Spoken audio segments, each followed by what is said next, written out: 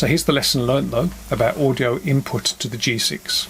When you read the manual, it says that to plug in an external mic, you need to go into the motion picture setting, and then about 3 pages down you'll find the audio, and just under where you set the audio levels there's an option for special microphone.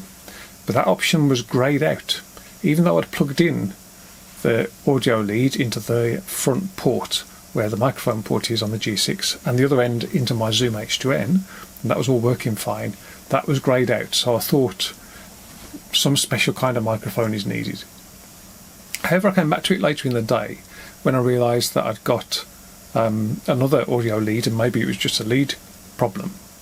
And this time I was looking at the LCD display when I did this same test, and on the LCD display for the first minute, for the first 60 seconds, at the bottom left you get a handheld mic icon and bouncing audio levels, and that confirms to you that it is indeed taking the sound. And having done this test quite a few times, it's definitely taking the sound off the H2N.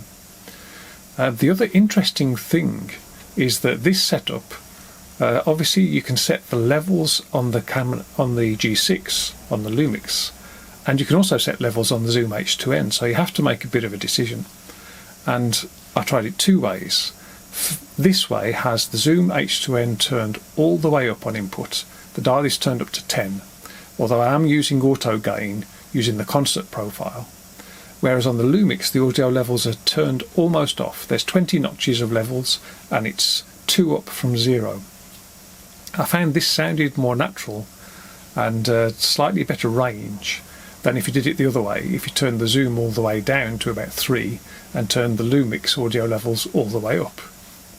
So that's of note. Now the other thing that astonishes me is that normally if my Zoom H2N was at level 10 and my mouth was as close to it as it is now, the audio meters on the front would be all the way over to the right. They'd be bouncing all over the place. But it seems to obey the command of the G6 when it's connected, because those meters are just very, very moderate at the moment. So there we go.